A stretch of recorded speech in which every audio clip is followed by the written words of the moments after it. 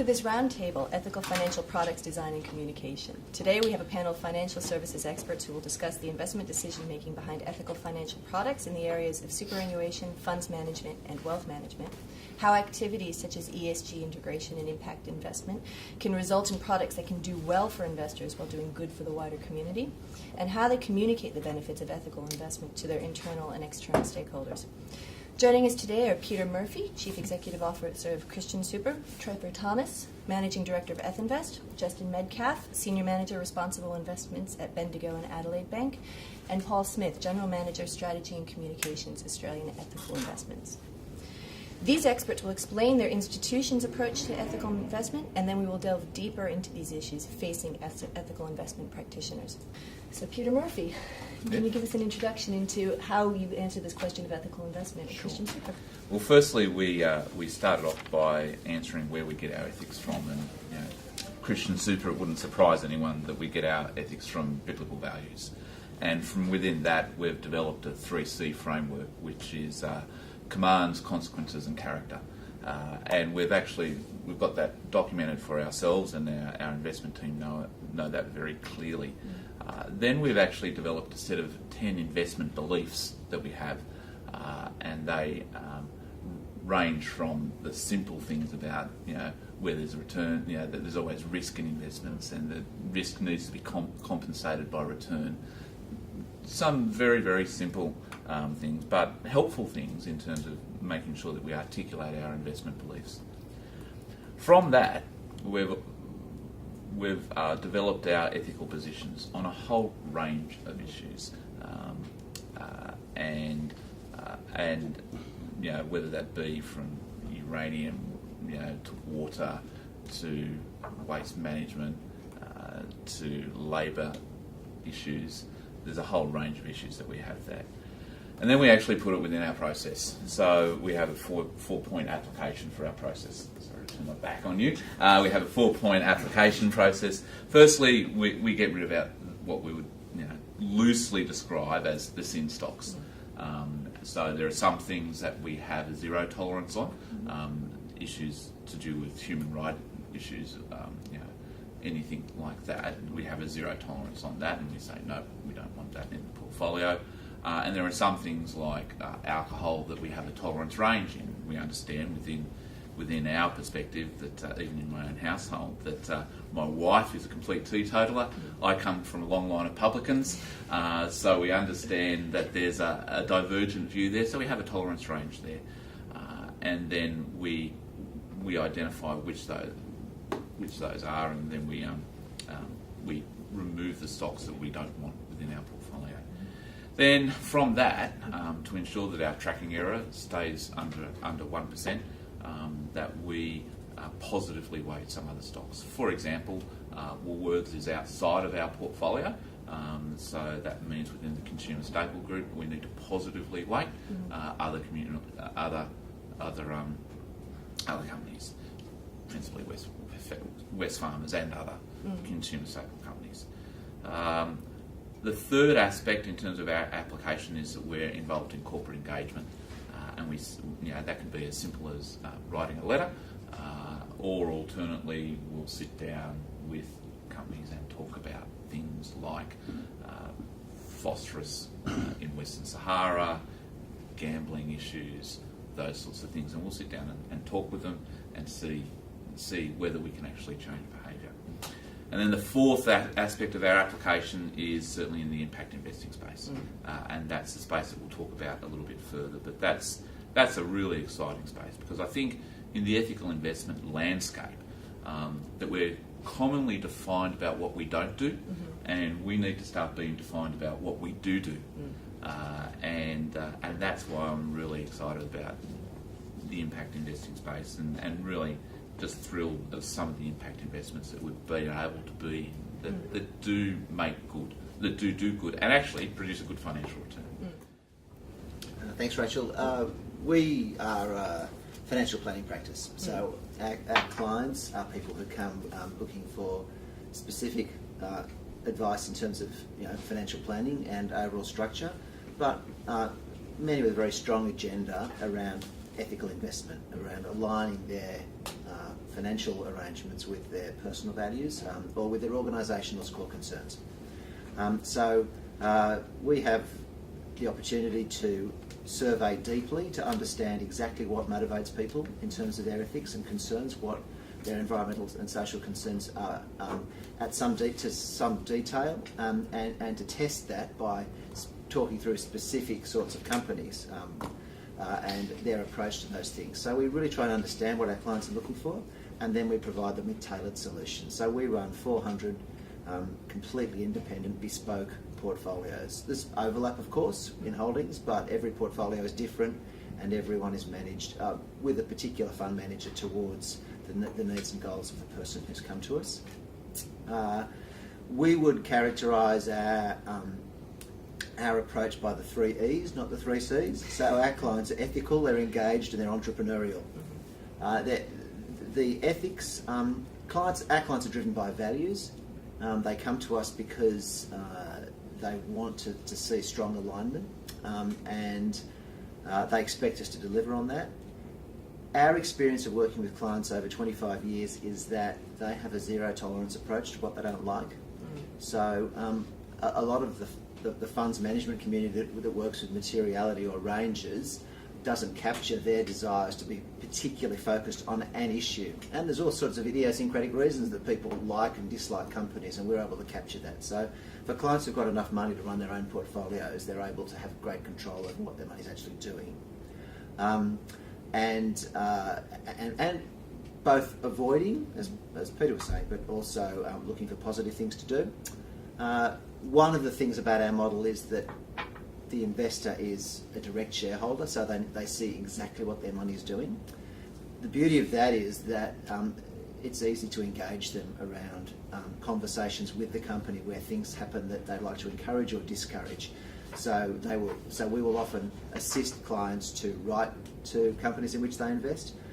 We'll also assist them to ask questions and be present at annual general meetings and to be part of conversations with companies about change.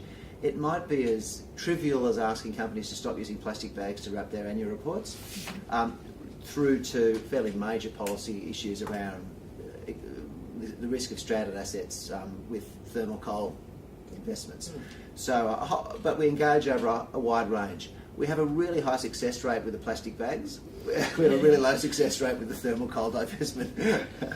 but the ability to engage with the company actually tells you something about the way that they behave. So if you get a company that's actually responsive to those sorts of issues, it engenders more confidence from the investor perspective. We rate the top 250 companies in Australia on a traffic light rating system, red, yellow and green, which we sell externally, and that forces us to make a few decisions. And occasionally we will re-rate a company, and we will write to our clients and say we have re-rated a company because of its increasing exposure to coal seam methane, which is on the precautionary principle, something like that. And it's interesting to see what percentage of clients respond to changes. So over the years, we've had situations where we've raised a concern, and in some cases as few as 25% of people have divested after engaging with the company and not getting a satisfactory response. In other cases, we've gone through to 100%, where a change in policy has actually led to a complete divestment. That involves as many as 250 letters, individual letters from the clients to the company, so the engagement's quite an active process from our point of view. And finally, the entrepreneurial side of it is picking up on that idea of mobilising capital for change, which currently is being called impact investing, but what people in the space have been doing for a long period of time. So probably about 5 or 6 years ago in my life as a financial planner, I did get the fortunate opportunity to work with Trevor and to be guided by Trevor as to how myself as a founder of a financial planning firm in Sydney could deliver solutions to my clients that met their values, and where my firm differed quite significantly from Trevor's, from F-Invest, is that we did not have the capability nor the resources to create our own direct portfolios. So we utilised pooled funds and institutional platforms, which many advisors would be well familiar with, and found quite quickly that there was I was constantly being put into, I guess, my own ethical dilemma, in the sense that I was having discussions with clients who, as Trevor addressed, did have those concerns which were more around, I don't want any exposure. So that zero tolerance mindset was there.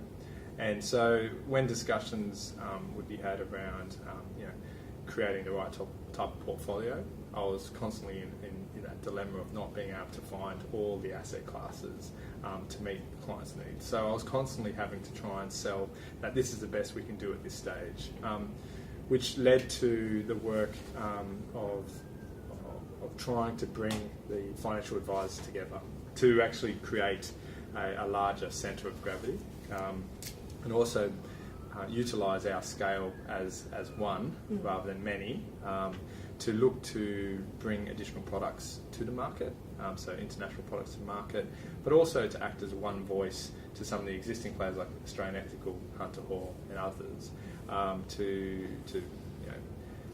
illustrate that the advisors, the financial advisors that make up this cooperative, which is called the Ethical Advisors Cooperative, which still operates, have these concerns, have this level of demand for these sort of products.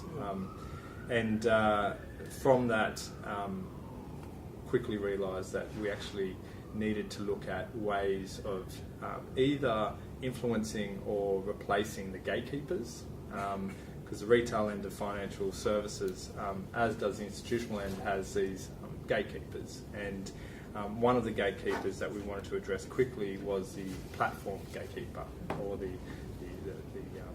approved product list that was on these platforms.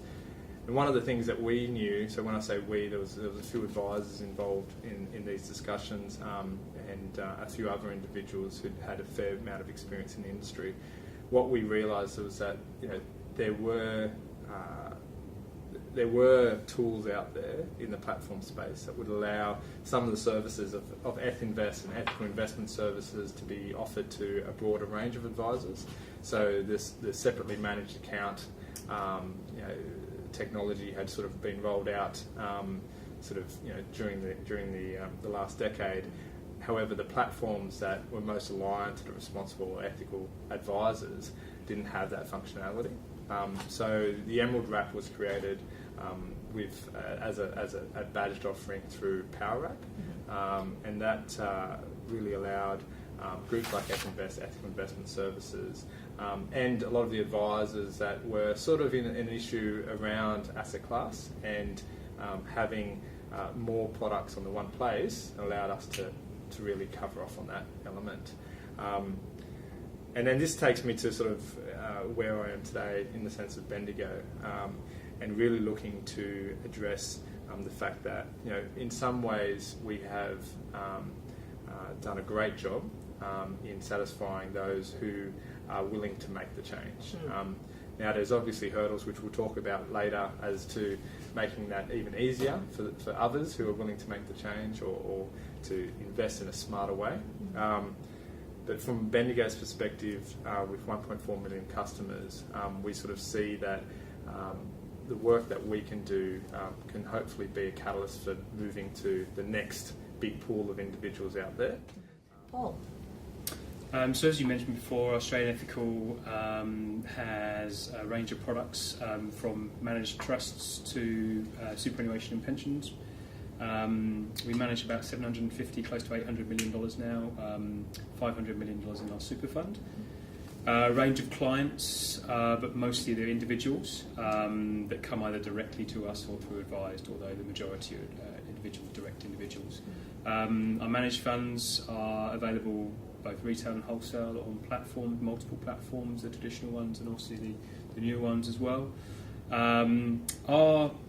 We've been around for about 27 years, and the basis of our ethics is our charter.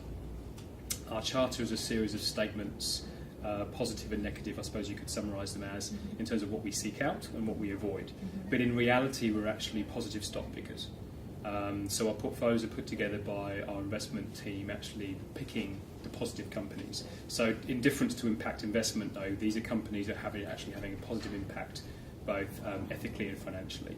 And those companies are picked around essentially core trends that we're seeing. There's alignment between our ethics and sort of core trends, global trends around ageing population, limitation resources, declining biodiversity and natural habitats through climate change, the increasing connectivity of our world and the rise of globalisation. So our investments are in healthcare, renewable energy, energy efficiency, innovation, sustainability.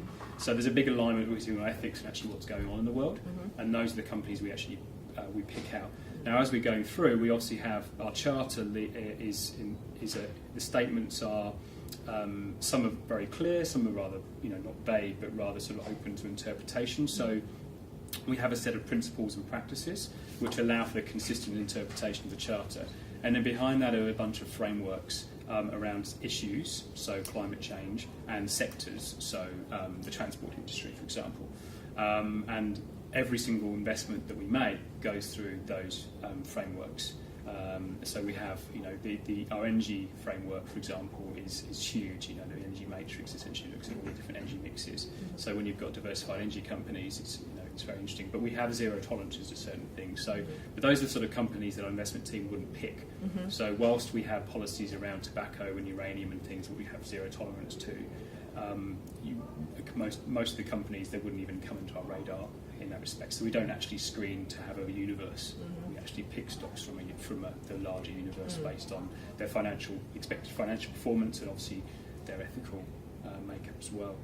I thought I'd start off with a question, because I think it's worthwhile that we set our definitions and try and sort of talk about the difference between ESG and the integration of ESG metrics into investment decision making, and this idea of ethical investing, because so far as I can see, there's a difference in what that means and how an outfit organizes itself and what options they pursue in both their investments in and the activities that they undertake. So is there a difference between ESG and ethical investing? And does ethical investing, how wide of an umbrella term is this? Because, within, even here at this table, there's all of these organizations can be thought of as ethical investors, but there's a wide differentiation in the product and how it turns out. So I might just start off with you, Peter. To your mind, is there a difference between ESG and ethical investing? The alphabet soup of what we do. Yeah. Isn't this what it's about? Like, are we ESG? Are we SRI? Are we, responsible are we RI? Are we investors? sustainable? Yeah. Are we ethical? Like when I first came in the space and we said, we're an ethical investor, I think people thought, you're a nice little Christian boy and you're a little bit dumb, you don't care about returns. Made that really clear that we want to be good stewards, and making a good return is really, really key for us. So in terms of whether we're ESG, ethical, or whatever, I don't want to get caught up on the definitional bit, and I think that as a sector is really, really difficult and dangerous, because we start talking about definitions and we stop doing what we really want to do. And I think as a sector we need to spend less time defining and more time doing. I've got to say I completely agree with everything being said here, and I think we're all in agreement, and we're probably mentioning impact investment a lot throughout the day. I think the main issue with the different definitions comes down to the individual investor and the confusion it creates. I know we're going to go into the barriers of entry into ethical responsible investment. I think this is one of them. It's just the confusion, because it's just an extra layer of complexity. Personally as well, I think ESG has come in, and a number of players use ESG as a vague term to and they don't specify if they're talking about a values or a value-based terminology. Some do. Fair play to them. They say, our ESG integration into our investment process has got nothing to do with ethics or values. It's got to do with risk around the future financial performance of a stock. We don't have tolerances, and all that sort of stuff. It's got nothing to do with values. Some, though, don't state that, and so they're leaving it up to the individual to decide. And I think the lack of engagement that people have generally with their money, we're talking about the broader, say, superannuation membership, means that if they're the sort of person who's looking for an ethical portfolio or an environmentally aware portfolio, socially aware portfolio, they see the words E&S, they see the initials E&S, and they think, well, that's a tick box as far as I'm concerned, that's fine. And at the moment, there's nothing to prove if there's any, apart from the policies, the statements of policies on the website or in the documentation, there's nothing to say otherwise, unless you can then get access to the underlying investments. Anyone on the table has actually expanded that acronym, and I think that's quite a part of our actual industry is to create more acronyms. Because it creates that sort of that value layer between the consumer and the gifted. So the environmental, social, and corporate governance piece for us, communicating that to our internal staff, and also eventually to our retail customers, will not occur in what would be categorised as an institutional sort of language. So we're starting to look at more ways to normalise some of the language, in the sense of looking for excellence, looking for the word good, and looking for, because really what we're starting to look at is the fact that in many ways. But in terms of, and I wanted to introduce that there without putting you under the microscope here, in terms of the available supply of impact investment opportunities, they're small, they require a lot of due diligence to find them, and a lot of due diligence to oversee them, to make sure that, as Justin had said, what they say they're doing is actually what they're achieving. Yeah, I think that if your question is around the supply, we've been pleasantly surprised with the supply of potential opportunities out there. Now, for the broader superannuation industry, are they going to be scalable? That's a question that really remains to be seen. But if you look at, say, the affordable housing space, that's probably the space that is going to be very scalable. We just haven't been able to come across a product that meets that demand yet. But from our perspective, for our super fund, we've been able to find a good amount of supply for what we're doing. So that's probably our perspective.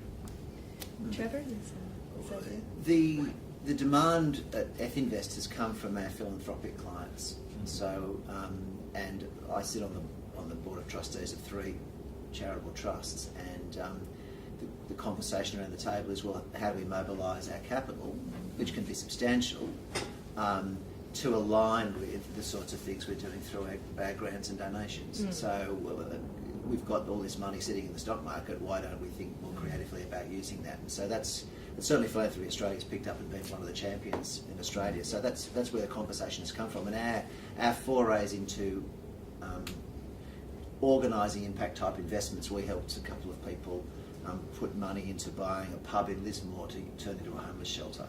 So that sort of scale of thing, that's been some of the most rewarding and interesting work we've done at F-Invest. We've also participated in some of the government, both of the social benefit bonds and a number of other things. We think there is a challenge around supply. I mean, we've found stuff too. I've recently become a director of the Difference Incubator at Donkey Wheel House in Melbourne, which is designed specifically to try and address that need, to become an incubator for social enterprise.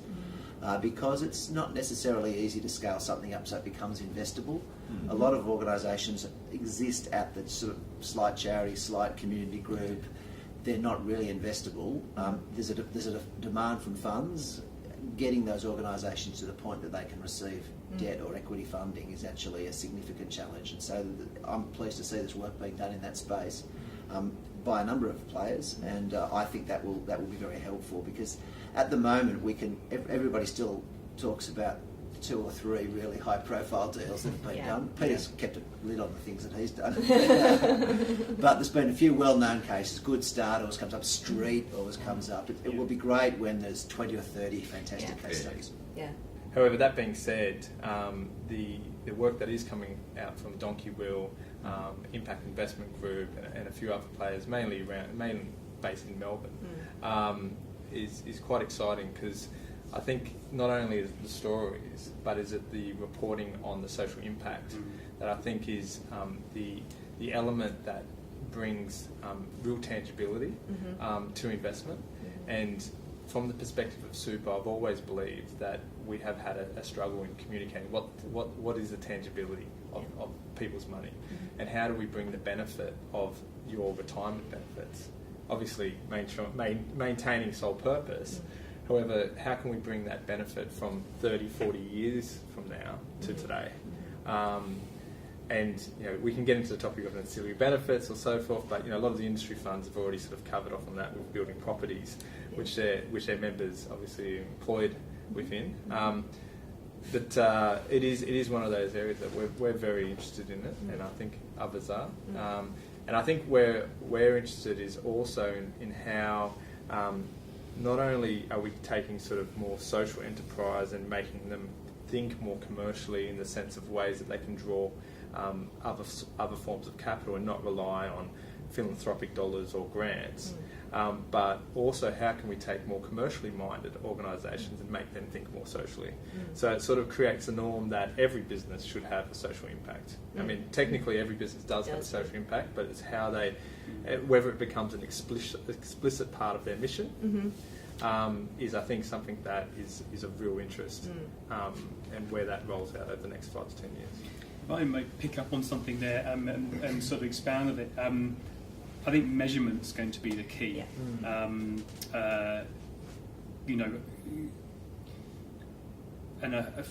that there will be availability of data.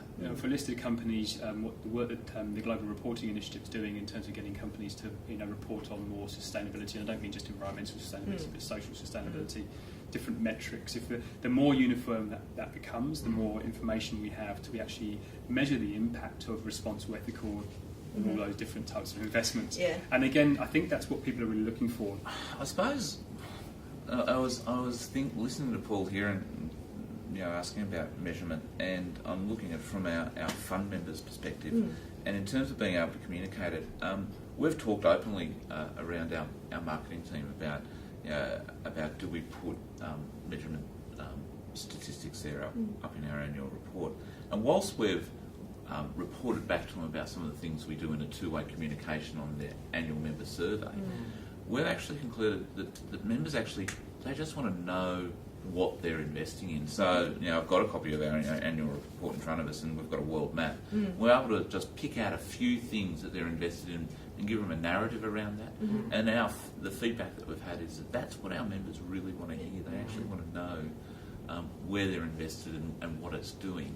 Not necessarily the social impact that's actually being had in those investments. I completely agree, and we do exactly the same thing, I suppose, because a lot of the information is not available, and it's not in a form which is easily digestible. But I would say to that in the same way that I didn't know I wanted an iPad 5 years ago, some people don't always know what they want, and so. But when we did our materiality survey recently for our sustainability report, and we asked clients a whole list of different things and asked them what was the most important thing they wanted to be communicated about. Two biggest things were the environmental and social impact of the portfolio. Now again, what form that comes in terms of picking up particular investments is what we do at the moment. Now we can say so many wind turbines have been built, so many lives have been saved depending on these investments and those sort of side things. It's very individual stories, but coming up with a group a way of doing it at a portfolio level, for me it's actually a good communicative tool when you're trying to compare two different products, more than maybe just demonstrating your own, because I think those sort of metrics don't work in isolation. So for example, if you're looking at the carbon footprint of a portfolio based on the underlying investments, that number alone probably is relatively meaningless unless you can compare it to somebody else. It's a benchmarking tool as much as anything else, I would say. There's an emerging conversation around the measurement of social return on investment, and looking at ways in which you can quantify that which are useful. But the real target audience for that is government or philanthropics. So how much bang you'll get for your buck if you're a government, how much money you'll save in future years, and so how you can then justify a performance payment to back a social benefit bond. By the very nature of what we do, this is our full-time job. So we are constantly thinking well, wouldn't it be great if we could know that, or wouldn't it be great if we could put on that? But as Peter addressed, our customers are more than happy with just this. So why are we? I mean, obviously it depends on who your target market is, and if you are looking towards scaling up via philanthropic or government, then some of that detail is essential. But really, if you're tapping straight into the retail market, then I think storytelling is just such a powerful tool that has been, in some ways, underutilised by an industry as a whole.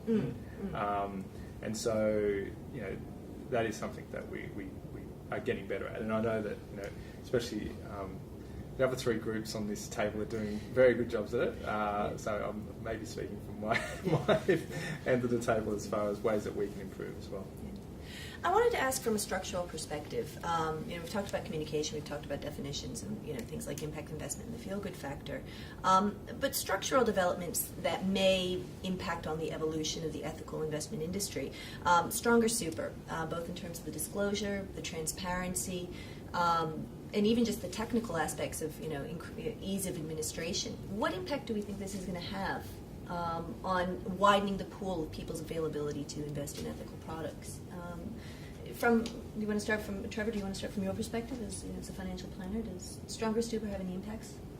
Sure, it does. The more information you have, and the more and the way that things can be streamlined and simplified helps. And engaging people with their money always is an important part of our conversation. One of the big challenges that we face, all of us in the industry, is the fact that reorganising somebody's superannuation arrangements is a complicated and time-consuming task, and people don't want to give a lot of time to it.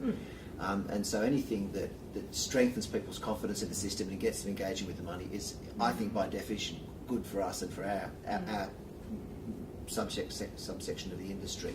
From a planning point of view, it doesn't actually enter into the conversation that much. Does FOFA have more impact from that perspective? Absolutely. Absolutely. Too much, but yeah. FOFA has, but in the interests of protecting consumers from poor planning, the amount of paperwork and the complexity of what you have to present has actually gone up. So we've got this funny situation where, to try and protect people, you've actually upped the ante on disclosure. Now, there is a push by ASIC to try and say, no, you don't have to be complicated. But because compliance is run by lawyers, there's this constant battle about making things simple and accessible and reasonable and giving good advice and ticking all of the compliance boxes. From an institutional super funds perspective, I can't really talk about whether it's going to grow the ethical funds management industry, but for the funds like Aussie Ethical and ourselves, it really galvanises the view that we're a boutique player, and gives us probably a competitive advantage over the larger industry funds. The larger industry funds are about fees and performance. We're certainly about fees and performance, but then we've got something else there to offer. Exactly. And that it's all about, Trevor mentioned it earlier, it's all about alignment. You've got to align your investments to your members. So, from our point of view. If I can use a little bit of left field analogy here, is when they started putting ingredients on food packets. That didn't really have a big change overnight, but a few generations later, low salt, low sugar, GI, low GI, all this sort of stuff and low preservatives, all that sort of stuff's becoming norm now because people are seeing what's in their food and they're not happy about it. So again, if I try and put myself in the perspective of the consumer, the client, the end client here, whilst the disclosure requirements that come hopefully still coming as under Superstream next year, and reporting starts from July 1 and the first one's 30th September, whilst not a huge amount of people will see that to start with unless there's somebody out there really pushing this out to market. I think given time and given the people engaging more with their super, that will become quite an important part in the decision-making process for values-based investors. So again, Christian, Peter's group and our group's our bread and butter investor, it will be really easy for them to check the policy, then check what that means, and then people are going to know these companies left, right, and centre. So you're going to get people going, okay, well, I don't want to invest in coal mining, so I'm looking at those ones. And you see, say, for example, a sustainable investment portfolio option within a super fund, or you see a green shares option, or whatever it is, and you go, right, they say it's green, sort of like, oh, they've got, BHP, Rio Tinto. Yeah. That doesn't seem in alignment there. And then they can go to other ones and say, oh, they haven't got those. Now, obviously, with everything else that's in there, fees and performance, expected performance, and all and insurance and everything else that comes with it, which is all equally important, that might be the thing that just basically makes that change, if everything else aligns. I think there is a huge challenge in all professions in relation to superannuation as to how do we increase or decrease the customer apathy point. And I touch on that tangibility and that storytelling piece as I think being core to establishing a greater level of interest. But definitely the streamlining is essential. I heard a statistic a few years back that it's more common for people to get divorced than change their banks. I'm sure it's even more common for people to get divorced than to change their superannuation funds, or at least or consolidate all of them in the one. Because I often hear stories where people have gone, "Oh, I've given it a shot. I got 3 of them over. The last 2 just became too difficult, so I've just left them there. I don't know what they're doing, but they're just there, and I've got the other ones here." It got to the top of that priority list for a short period of time, and if it's not ticked off that list within a week maximum, it's at the bottom of the list again until they get the statement the following year and go, oh, really, I've got to get on top of that at some point. And if you're not forced to, a little bit like your personal taxation, you're not really forced to. There's a lot of people that sort of end up letting it run into years. And on top of that, I know in previous discussions we've talked about the fact that superannuation is something that's collected by your employer. Yeah. I mean, if you received a bill every month, which was equivalent to over 9% of your salary, I'm sure you'd be very worried as to that money's coming out of my pocket. So. I mean, maybe there's a suggestion for government. It's the blessing and the curse of the 9% superannuation. We've got $1.6 trillion in super thanks to this SG. That's right. But we've also got a completely unengaged public in general because it doesn't flow through their hands. But the other part of the super stream, which we haven't talked about, which is starting to come through now, is that the automated rollover. And that's we're just about to implement that, and I think that's going to have a massive impact over time on consolidation of super fund accounts. And obviously every player is going to be winning some and losing some, and it's been a case of who's growing in terms of new membership and engaging people in that process to tick the box, which is essentially what it is ticking a box and say, we'll go and find you other super funds for you. To a certain degree. I'm sure there's more to it than that. But I think that's going to have a pretty big impact once that's implemented across the board with all super funds. Obviously that impacts the new joining in one, so there's not always a huge amount of movement. But the other thing as well, which isn't part of super stream, which we haven't touched on, is self-managed super and the impact that's having on super funds. And I think now super funds are clambering over themselves to engage with members because that's the one thing they're really worried about losing money from. And you've seen all the direct investment options that are coming out now, but I'm not so sure direct investment options are really going to have a big market straight away, because I think control is the big issue, and I think a lot of people are burnt from the GFC, so they think they can do better. The financial planning profession is a real gatekeeper profession, and it's not that all financial planners are bad, but they all work. Everybody is working on a licence where there's a restricted range of issues you're allowed to advise on, and if a particular super fund isn't on that list, and a client specifically asks to be in that super fund, you've really got to write a very harsh statement of advice that says, against my advice, you are doing this. So you end up finding that planners are channeling funds according to the structural constraints that they face, which is completely natural, but it's not necessarily addressing the deep concerns of the client. And so they think, is this the best you can do? Or they're patronised or belittled, or they'll say, well, we'll give Australian Ethical 5% of the portfolio because, and they will throw out all the untrue assertions that they of underperformance or no track record or whatever it is, but we'll keep 95% in our pool of recommended products. And so that's a real challenge, I think, structurally. In an ideal world, ethical, responsible, impact, whatever term we choose, and obviously they stand for different things in different ways. For any advisor who's done a training course on how to become a financial advisor, and that could range depending on when you became an advisor. Anything from, dare I say, a 2-day course many years ago to quite an extensive training process now. Obviously there's ongoing training that's required as part of that. If you look at some of the training modules, you'll find that what we're discussing across the table today only features for about 2 or 3 pages out of the 1,000, 2,000 page literature.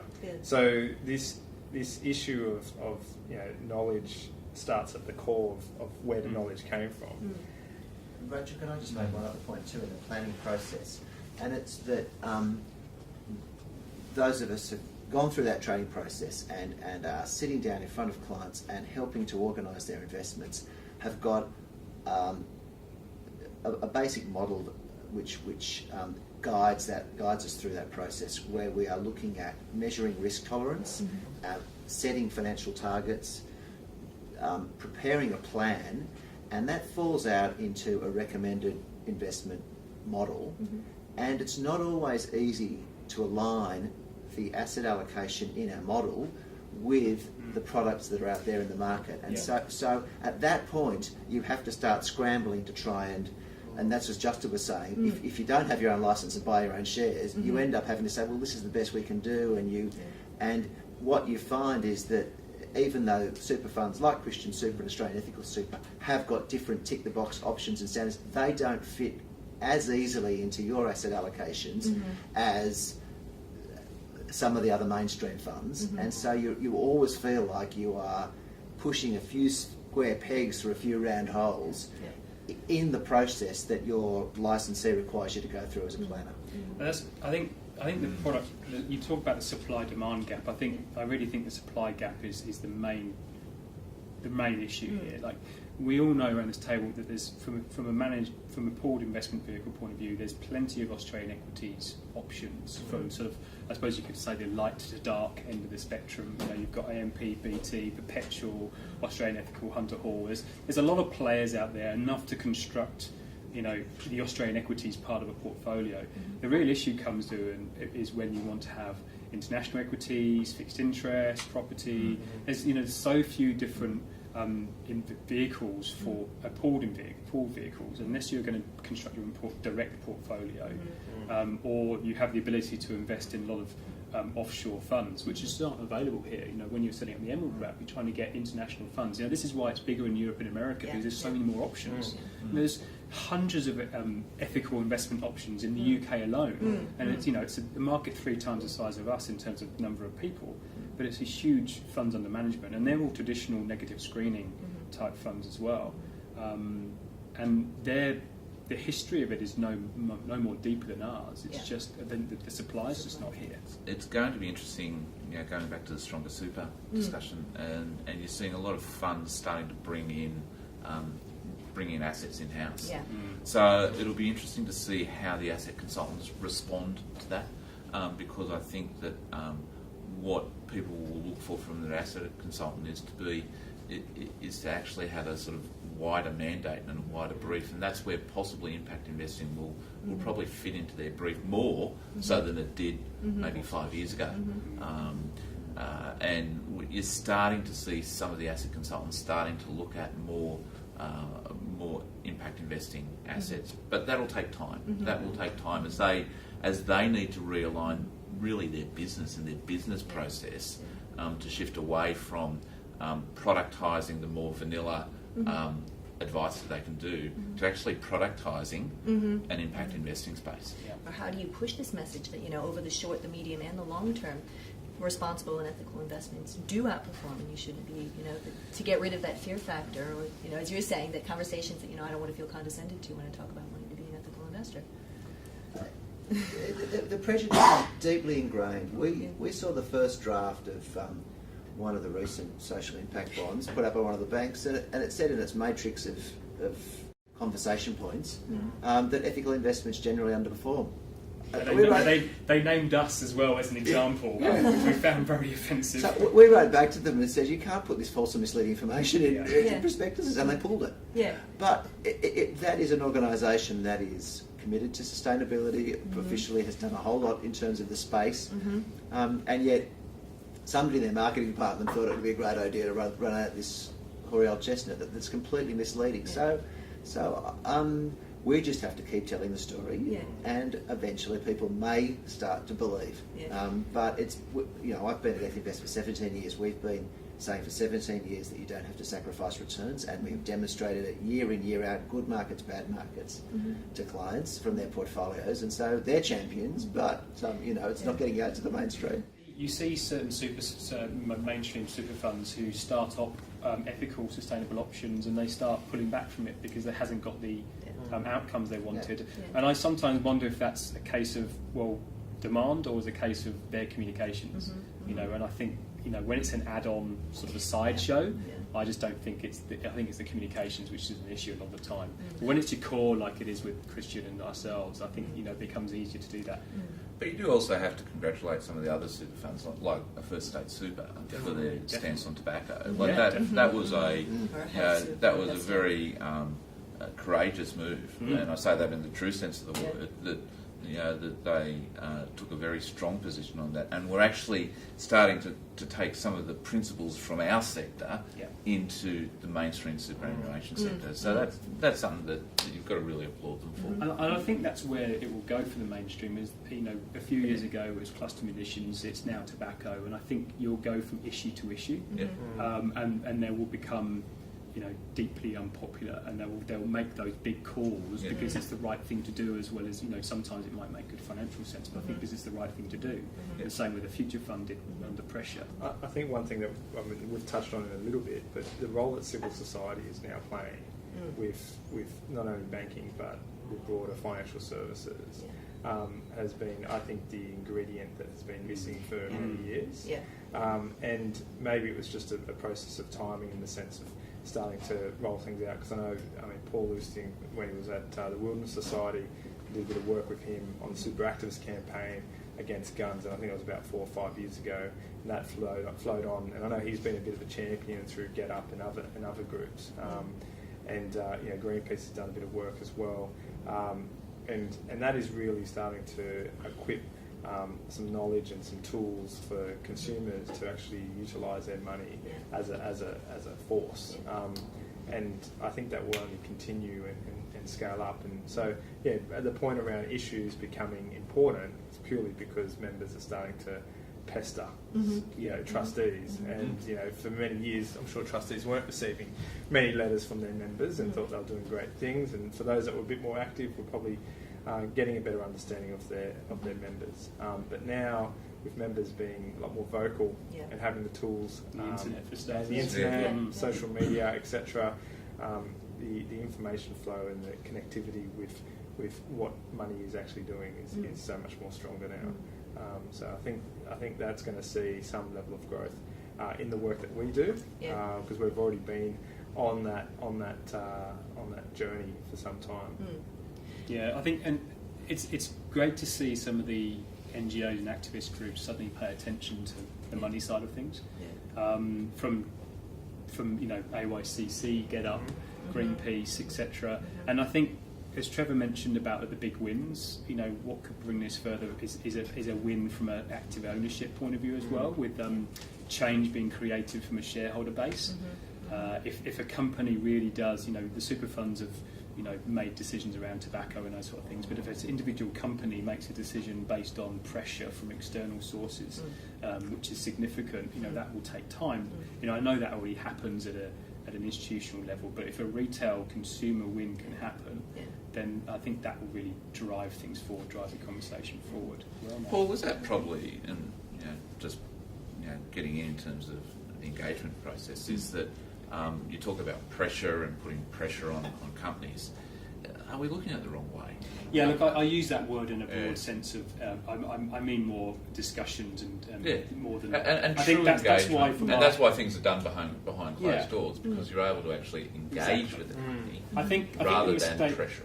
I think the mistake we made with our advocacy fund straight off was we sort of almost treat ourselves like an NGO, and we shouted from the sidelines and tried to bring pressure to bear. And it was amazing the vote we got on Woodside, punching way above our weight, but it was never going to be a result that was going to be positive.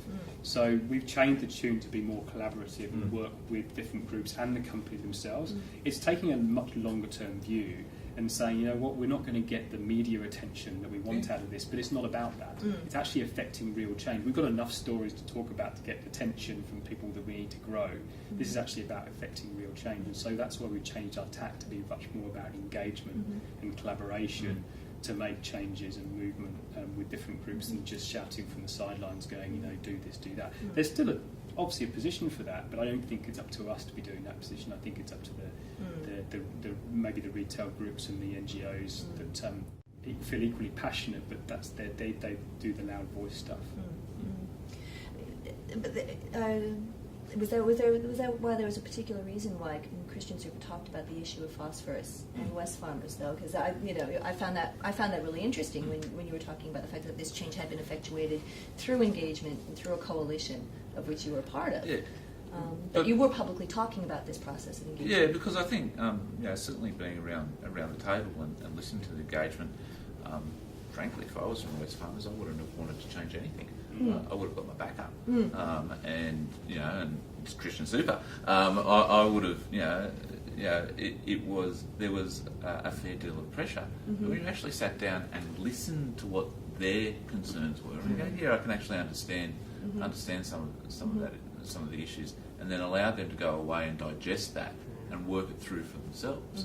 They actually came up with a good outcome. So I just wonder whether the models of engagement that we have used in the past are not particularly right for the superannuation space or the larger institutional space, and it's actually sitting down and talking with them and allowing, as super funds, we're 40, 50-year investors, we should have that longer-term horizon on our engagement processes as well.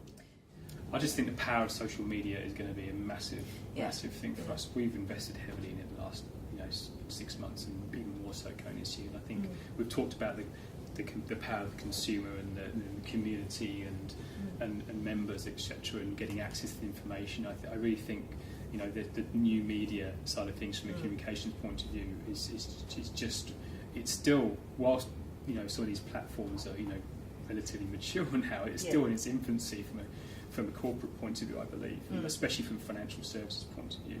I think it's going to be hugely powerful. And again, as we've all talked about here, we're the group with the stories. We're the ones that can actually really engage on these things that other fund managers and industry groups can't do. They concentrate on fees, and obviously that's hindered a lot of groups because it's about lowest fee. That's the only important thing. But as we come out of that, as hopefully markets continue to stabilise and increase, then we can start.